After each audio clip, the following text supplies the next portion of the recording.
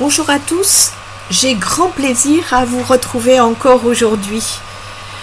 Et le psaume qui nous est proposé dans nos listes de lecture quotidiennes n'est pas spécialement réjouissant. Il s'agit du psaume 109. Alors, je me suis engagée à vous accompagner dans la méditation des psaumes du jour. Alors, tant pis, allons-y. Je vous laisse le lire. C'est donc le psaume 109 dans les Bibles dites protestantes et le 108 dans les versions catholiques. Alors vous l'aurez clairement lu, nous renouons avec la supplication et l'imprécation. Un type d'imprécation qui même nous laisse un peu perplexes. Mais ces psaumes existent dans nos Bibles et ils sont proposés à notre lecture et à notre méditation. Alors, allons-y gaiement, plongeons. Et il m'a bien fallu l'aide des commentaires des pasteurs Maillot et Le Lièvre et du Père Vesco pour m'aider à dépasser mes propres résistances devant ce texte. Ce psaume est attribué à David.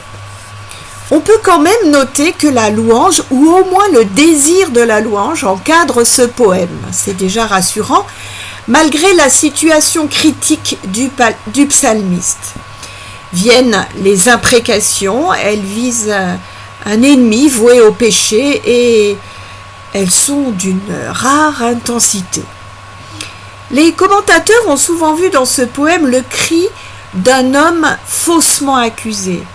Les imprécations qu'il lance alors sont sa défense. Il pourrait même être question d'ordalie. Vous savez, ce prétendu jugement de Dieu qui était une forme de procès à caractère religieux et qui consistait à soumettre un suspect à une épreuve particulièrement douloureuse, voire potentiellement mortelle, dont l'issue théoriquement était déterminée par Dieu lui-même. Et ça permettait donc de conclure à la culpabilité ou à l'innocence du dit suspect. Tu meurs ? Eh bien tu étais coupable. Tu survis ? Tu étais innocent. Il te reste des séquelles ? Tu étais peut-être bien un peu coupable. Pervers, non, le truc. Mais enfin bon, passons. Le psaume est donc mis sur les lèvres de David qui, face à la condamnation, demande l'élimination complète de ses ennemis.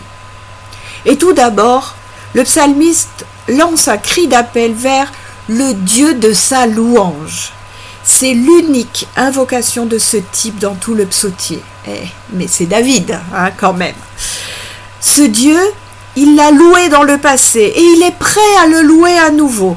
Mais pour cela, il faudrait que Dieu intervienne afin que la chaîne de louange, interrompue un moment par la supplication, puisse reprendre. Mais voilà, Dieu n'entend ni ne répond, alors serait-il sourd-muet ? L'intervention attendue de Dieu pourrait être un oracle de salut ou bien, dans le cas d'une ordalie, un verdict favorable au cours du procès. L'impie, nous dit-il, a la bouche pleine de paroles d'impiété et de fraude. Ce sont des mensonges lancés par eux contre le psalmiste. Alors, faux témoignages, mensonges, en général, on ne sait pas. Ils expriment ainsi toute la haine qu'ils ont contre le psalmiste, attaques sans fondement. Le pire étant que cette haine répond à l'amour d'amitié que le psalmiste exprime à leur égard. Et il y a là un accusateur, le mot c'est Satan. Alors ce n'est pas encore le Satan personnifié tel qu'on le trouverait dans Job par exemple, mais c'est déjà l'accusateur. Le psalmiste répond par une prière d'intercession. La série d'imprécations qui suit peut être vue de deux manières. Soit elle est la citation des propos des ennemis, ça nous rassurerait, soit comme imprécation lancée par le psalmiste lui-même. Mais de toute façon, même si c'était le premier choix, le psaume a pu être lu en dirigeant les imprécations sur les ennemis d'Israël tout autour de l'histoire de ce texte. Et devant ces imprécations, nous sommes bien sûr quelque peu en difficulté, enfin moi en tout cas. Et à ce propos, voici ce que nous rappelle le Père Vesco dans son commentaire.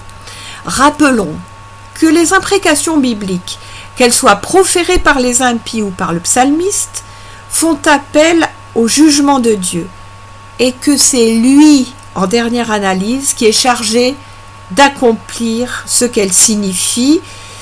Voilà qui valait la peine d'être redit. Autrement dit, ce n'est pas parce que nous demandons à Dieu d'écrabouiller nos ennemis qu'il le fera. Ouf!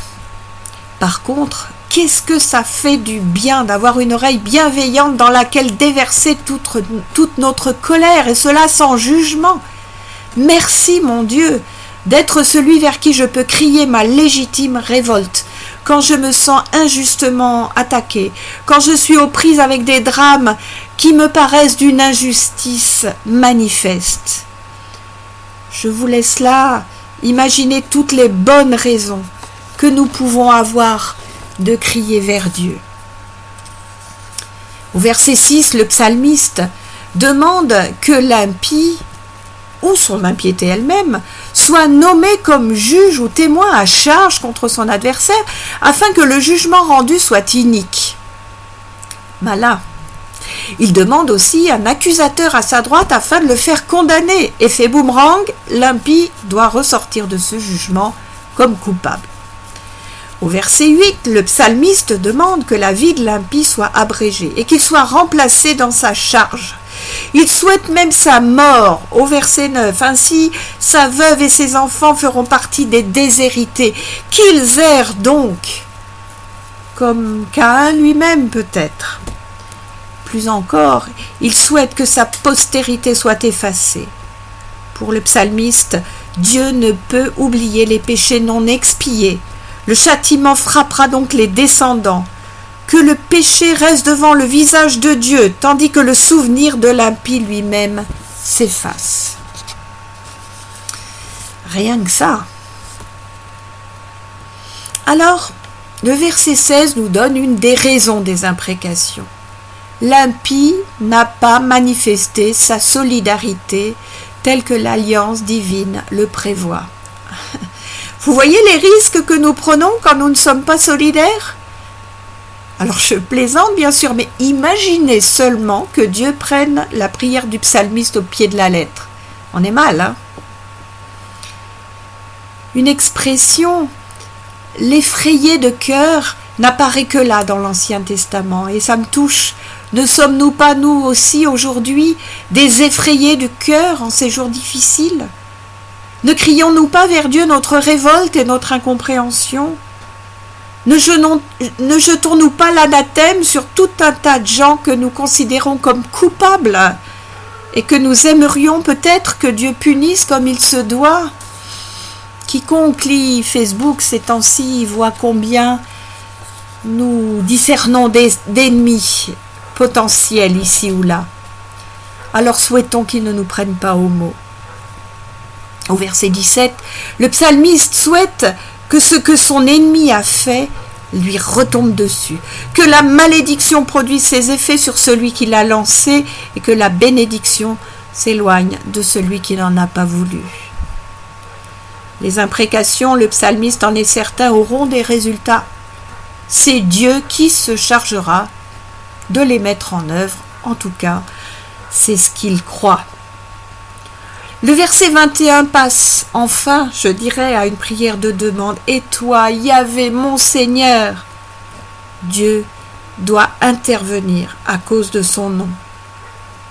Le psalmiste donne une double motivation. D'abord, il fait lui partie des humiliés, des indigents. Ensuite, son cœur est transpercé par l'inimitié de ses adversaires. Son état dès lors décline. Il a été secoué comme une sauterelle dont on veut se débarrasser. Le jeûne qu'il a peut-être associé à la prière a rendu ses genoux chancelants. Il s'est amaigri, ce que ses ennemis traduisent par l'effet du châtiment divin. Ils retournent vers lui leur mépris, leur moquerie. Il lance donc un appel à Dieu en raison de son amour. Il demande que les impies reconnaissent que sa délivrance est bien œuvre divine. La bénédiction de Dieu annule toutes les malédictions lancées par les impies. Alors les impies seront frappés de honte, tandis que le psalmiste se réjouira d'être sauvé par Dieu. Alors il pourra rendre grâce en personne, de sa propre bouche, au milieu de l'assemblée liturgique, devant tous. Un peu de chantage, non. Si tu m'exauces, je te prierai devant tout le monde. Et qui mieux que David pouvait se permettre cela? Qui mieux que David savait prier? Alors nous voilà à la fin de ce psaume, et si nous restons encore un peu titillés par ces imprécations, en tout cas c'est mon cas, il nous faut nous rappeler avec les pasteurs Maillot et Lelièvre que si le Christ fut aussi cet accusé, lui n'a pas prié contre ses accusateurs, mais au contraire, il a prié pour eux. Il n'a pas retourné la malédiction dont il était l'objet vers eux. Pour Maillot et Lelièvre, il faut clairement dire que certaines paroles des psaumes sont maintenant périmées, depuis que le Seigneur a dit de ses ennemis « Pardonne-leur, ils ne savent pas ce qu'ils font ». Et finalement, même si le psalmiste l'exprime de manière quelque peu choquante, nous ne pouvons qu'admirer la confiance qu'il place en son Dieu. Puissions-nous avoir, nous aussi, une confiance aussi manifeste. Amen. Je vous dis à demain pour le prochain psaume.